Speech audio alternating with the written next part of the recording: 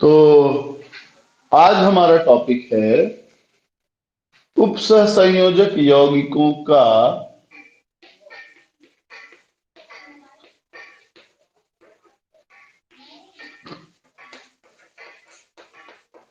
यौगिकों का संयोजकता बंध सिद्धांत।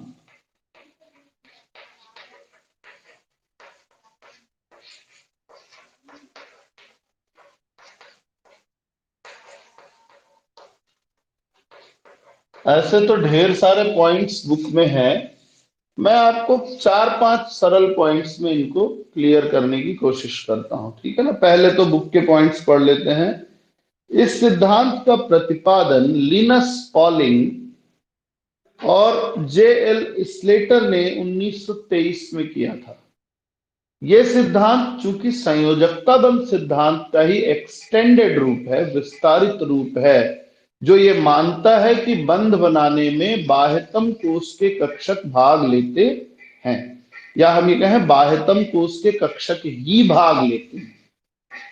तो इसमें क्या कहा गया कि सबसे पहली चीज, किसी भी धातु परमाणु के पास संकुल बनाने के लिए आवश्यक संख्या में रिक्त कक्षक होने चाहिए।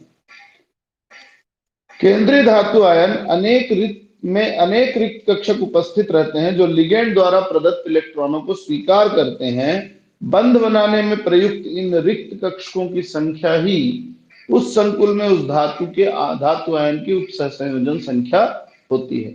मतलब किसी धातु आयन के जितने रिक्त कक्षक बंध बनाने में भाग लेंगे, यहां याद रखना धातु आयन के रिक्त कक्षक भाग ले रहे हैं, वो उसकी उपसहसंयोजन संख्या के बराबर होता है। नेक्स्ट चीज कहा गया कि धातु आयन के कक्षकों एवं लिगेंड के कक्ष अतिव्यापन करके प्रबल बंध बनाते हैं।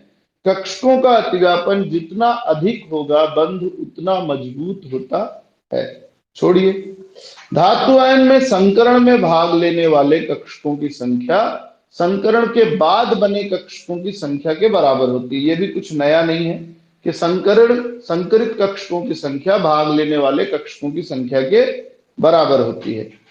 प्रत्येक लिगेंड में कम से कम एक सिग्मा कक्षक होता है।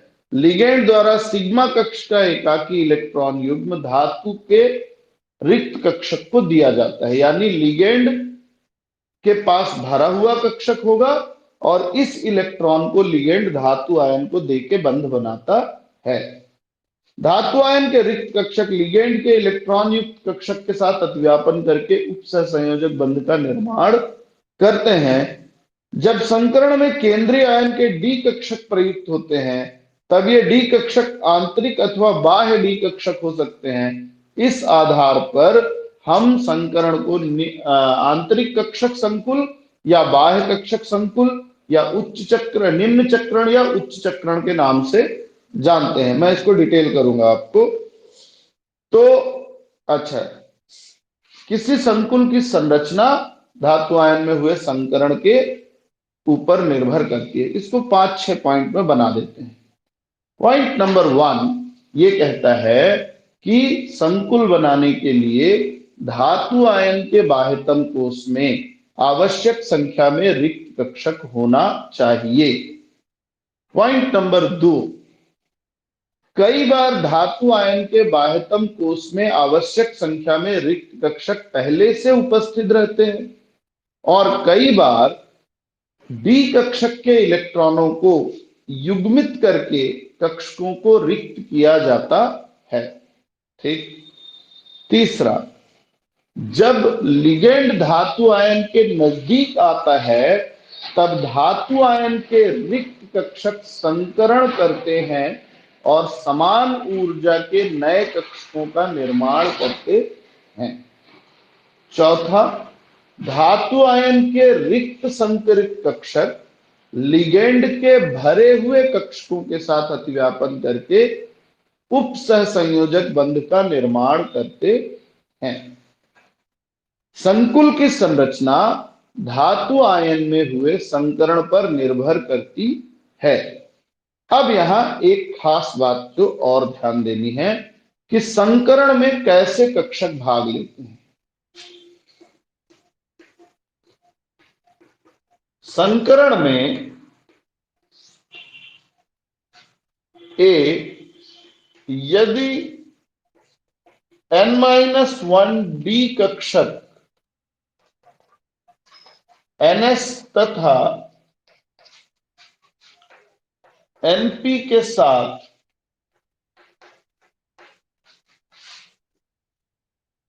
भाग लें तो इसे क्या क्या नाम दे सकते हैं?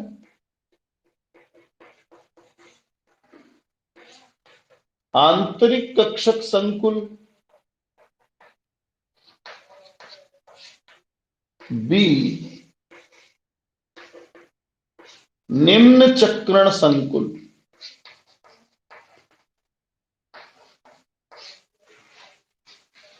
कहा जा सकता है। दूसरी संभावना, यदि एनडी कक्षक, यहां मैं लिखूंगा एनएस तथा एनपी के साथ एनडी कक्षक भाग ले तो इसे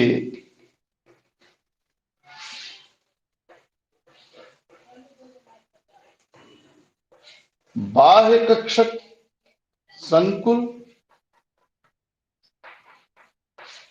या उच्च चक्रण संकुल के नाम से जानते हैं।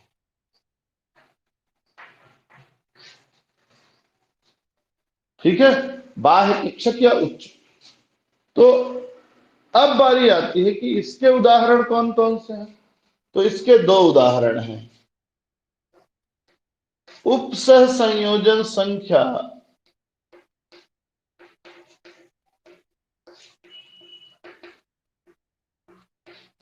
4 के लिए DsP2 संकरण होना और 6 के लिए D2sp3 का होना।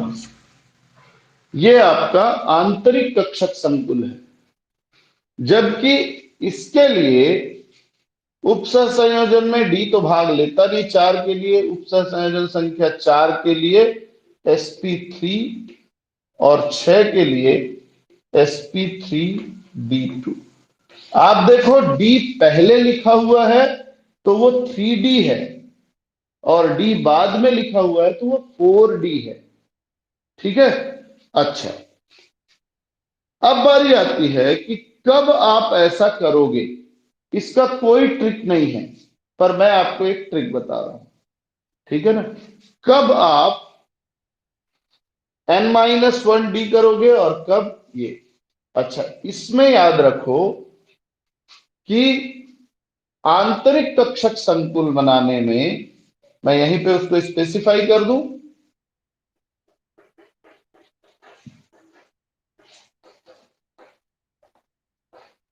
आंतरिक कक्षक संकुल बनाने में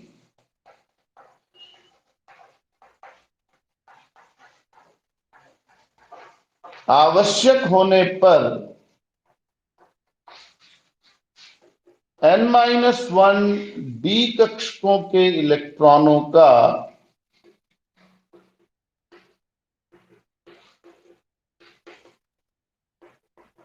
युग्मन हो जाता है, युग्मन हो जाता है। ठीक है ना, जबकि बाह्य कक्षक संकुल में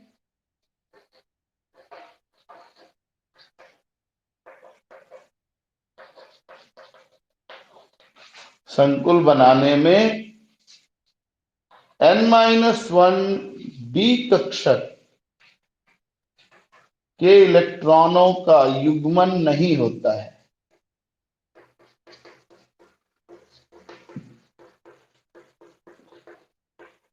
स्क्रीनशॉट ले लो जल्दी से इसका।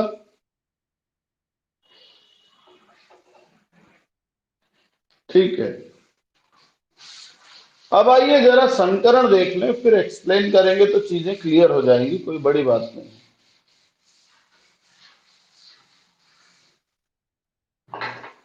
तो सबसे पहले हम देखें संकरण क्या क्या होता है, उससे कितने कक्षक बनते हैं, संरचना क्या होती है। तो सबसे पहले उपसह संयोजन संख्या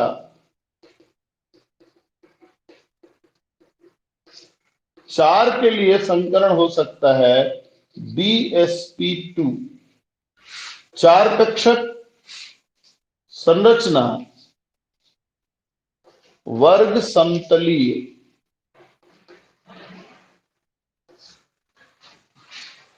उपसंयोजन संख्या 4 के लिए sp3, इसमें भी 4 कक्षक बनेंगे, लेकिन संकरण अलग होने के कारण इसकी संरचना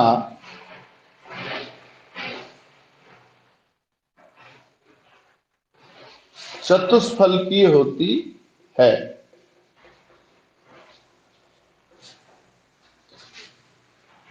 छह वाले में D2sp3 हो सकता है या sp3D2, दोनों में ही 6 की संख्या में बनेंगे और संकरण चाहे कोई भी हो, संरचना यहां बनेगी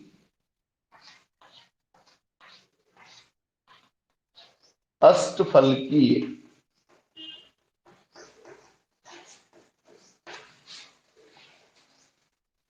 तो अब एक एक उदाहरण ले लें, इसको नोट कर लीजिए या स्क्रीनशॉट ले लें। वर्ग समतली को ऐसा बना लेंगे, है ना, बीच में M, ऐसा, यहां भी बीच में M।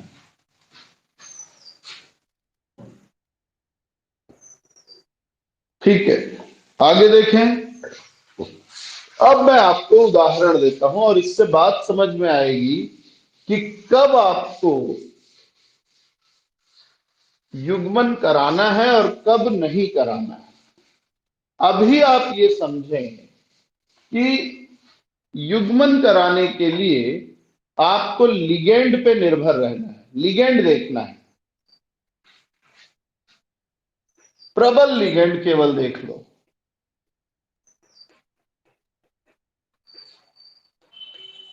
NO2 CO CN NH3 होने पर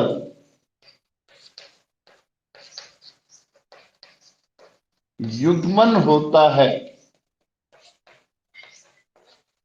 ये अलग से लिख लो। और बाकी कोई भी लिगेंड हो युग्मन नहीं होगा। ये 4 हैं तो युग्मन करा देना, 4 नहीं है तो युग्मन मत कराना। मतलब क्या है मैं आपको बताता हूं। सपोज करो आपके पास एक उदाहरण है NiCl4 2-। आपको कहा गया इसकी संरचना और संकरण का वर्णन कीजिए। टेट्राक्लोरो निकलेट 2-। निकल की ऑक्सीकरण संख्या 2 है, ये आप निकाल सकते हैं, निकालने का तरीका मैंने बताया है। अब आपको पहला काम निकल का परमाणु क्रमांक लिखना है। इलेक्ट्रॉनिक विन्यास आर्गन करके लिखेंगे 3D8 4s2 4p खाली। ठीक है, अब चूंकि निकल +2 है, इसका मतलब 2 इलेक्ट्रॉन कम करेंगे s से। इलेक्ट्रॉन हमेशा पहले s से निकालेंगे, बाद में जरूरत पड़ने पे d से निकालेंगे।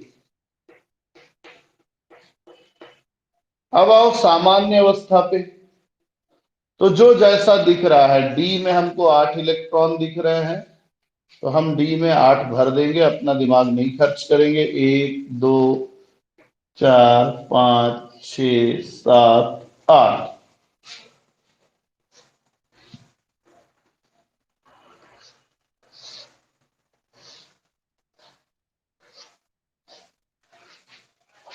यह है आपका 3D, यह है 3P 3S और 4S, और यह है 4P। अब क्योंकि 4 कक्षक खाली है, और अगर हम चाहें तो इस इलेक्ट्रॉन को इधर जोड़ी बना के ये वाला भी खाली कर सकते हैं। पर लिगेंड कौन है? क्लोरीन। लिगेंड क्लोरीन है, वो इन चारों में से तो नहीं है, यानी ये एक प्रबल लिगेंड नहीं है। तो आप 3D को छुएंगे भी नहीं। 3D से आपका कोई मतलब नहीं है। अगर ये चार नहीं है तो 3D से आपका कोई लेना देना नहीं है। आप चार कक्षक अपने काम के गिनो खाली, 1 2 3 4, और सीधा संकरण कराइए। 3D को आप टच भी नहीं करेंगे, बिल्कुल जैसा था वैसा रहने देंगे।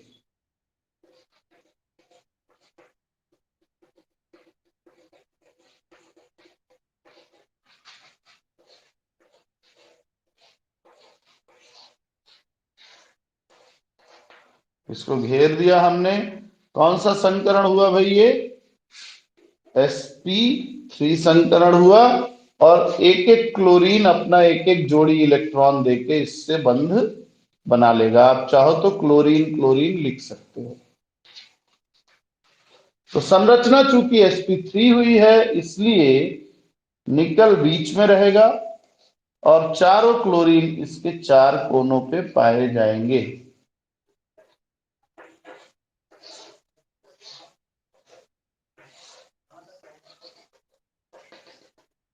संरचना हो गई चतुष्फलकी। एक और सूत्र लेते हैं ताकि आपको बात ज्यादा स्पष्ट हो। NiCN4 2-, सेम चीज है। क्लोरीन की जगह साइनाइड ले लिया, टेट्रासाइनोनिकलेट। यहां भी निकल की ऑक्सीकरण अवस्था 2 है। सेम चीज कॉपी करेंगे, निकल 28, आर्गन 3D8, 4s2, 4p खाली, निकल +2, आर्गन 3D8, 4s खाली, 4p खाली। सामान्य अवस्था सेम बनाएंगे, जैसा है, कोई अंतर नहीं। तो सामान्य अवस्था जैसी है वैसी रहने देंगे।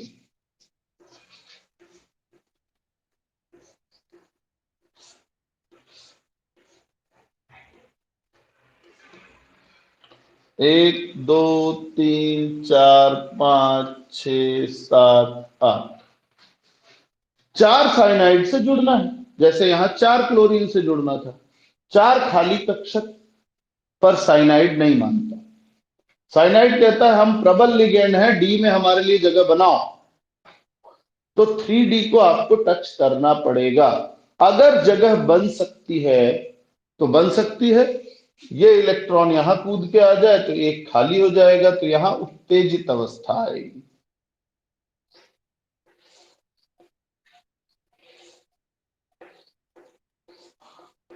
तो 1 2 3 4 5 6 7 8, एक खाली हो गया।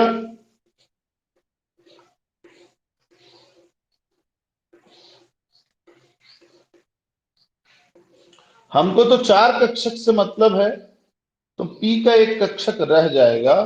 और अब जो संकरण होगा वो होगा DsP2।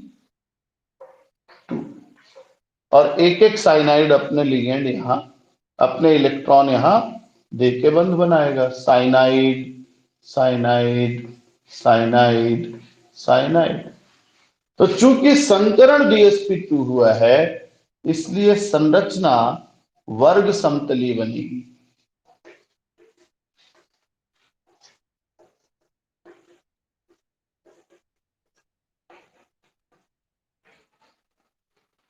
आप नोटिस करें कितना अंतर है दोनों में, सिर्फ इस चीज से कि एक लिगेंड बदल गया। तो इस तरह का संकरण जिसमें 3D ने भाग नहीं लिया है, यह कहलाता है बाह्य कक्षक संकरण।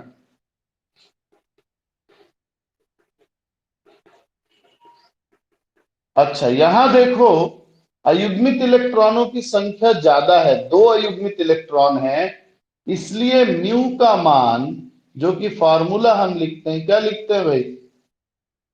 n √n n+2, मान रखो √2 2+2, 2 धन 2 4 दूनी 8, √1 तो ये आ जाएगा 2.8 के आसपास। यहां आप देखो, यहां 3D ने भाग लिया है, भीतर वाला D भाग ले रहा है, इसलिए ये आंतरिक कक्षक संकुल है।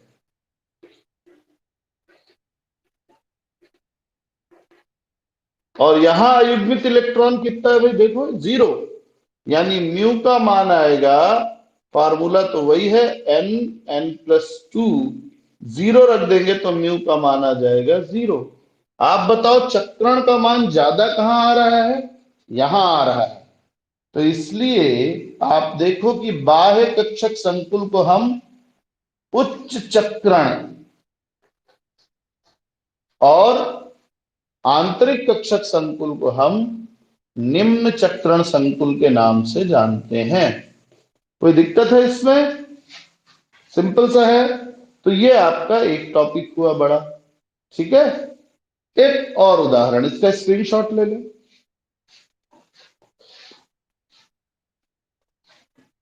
ठीक है,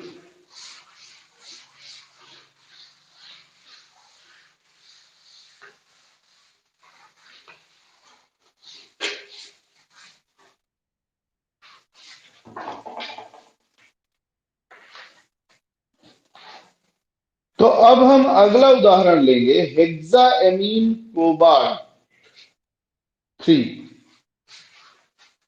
एक संकुल है CONH3 6+3, कोबाल्ट की ऑक्सीकरण संख्या 3 है। यहां क्या करोगे, कोबाल्ट आयरन 27 होता है, argon 3D7 4s2 4p 4d भी लिख दो भाई, वैसे जरूरत नहीं है, जरूरत पड़ेगी तो 4d है, ये बात समझेंगे अपन, ठीक है ना।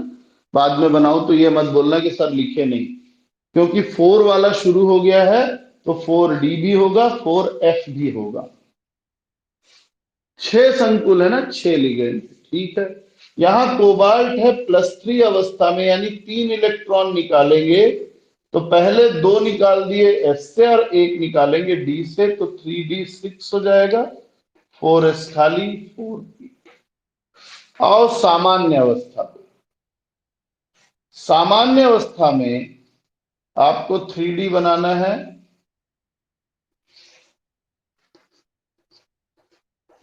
जिसमें 6 इलेक्ट्रॉन है,